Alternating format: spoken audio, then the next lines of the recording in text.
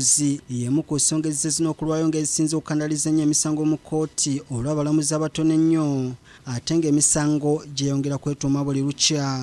Okusinziira kwa lipoota y'ekitongole ekiramuzi ey'omwaka 2020, omulamuzi omu n'okusinga ddala mu kkooti ezisookerwako akola ku misango egisoba mu 10 omwaka ekintu ekibawa obuzibu okuweereza obulungi bannayuganda ku ssengendo empanvu abaatuze basiyaguuka okutuuka ewali kkooti ekiremesa bangi naddala batesobola okufuna obwekanya mu mbuga z'amateeka. Olwaleero ekitongole ekiramuzi kiyingiza abalamuzi mu kkooti esookerwako abaweredde ddala 48 era oluvannyuma lw'okukuba ebirayiro byabwe bakuweerezebwa mu bitundu by'eggwanga eby'enjawulo batandika okuweereza bannayuganda.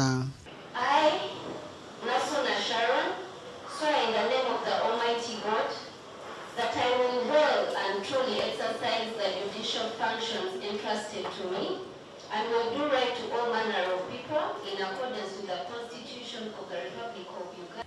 Omuwandiisi omukulu wa kkooti Ssabalamuzi abakubiriza okuweereza obulungi mu ngeri egenda okuweesa ekitongole ekiramuzi ekitiibwa.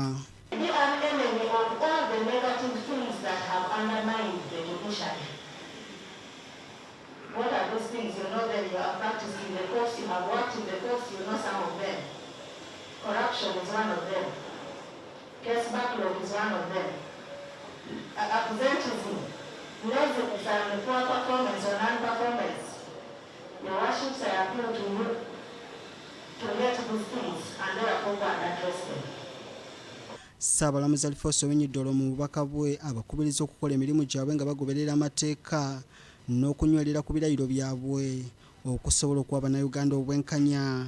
So deploying you where the people are is only one step. The real access to justice is that the fellow will go to your court and get clean water without paying for it. Just come and turn on the tap of justice and clean water comes. Then we will all be proud of you. We will all be proud of the judiciary we are serving. Ssaabalamuzi era abasabye okubeera abaweereza ab'enjawulo wakati mu bulyake n'obukenuzi ebifumbekedde mu kitongole ekiramuzi. There are people who fear to say there is corruption in the judiciary. I hate the judiciary. Let me tell you, there is corruption in the judiciary. And it is our duty to uproot this corruption in the judiciary. It is our duty to study what this corruption is and uproot it.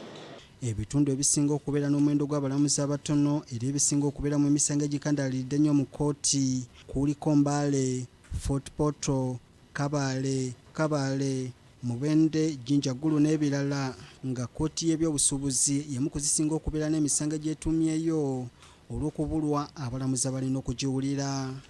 Robert Nestre Kayongo, BBS Fina Gamboze.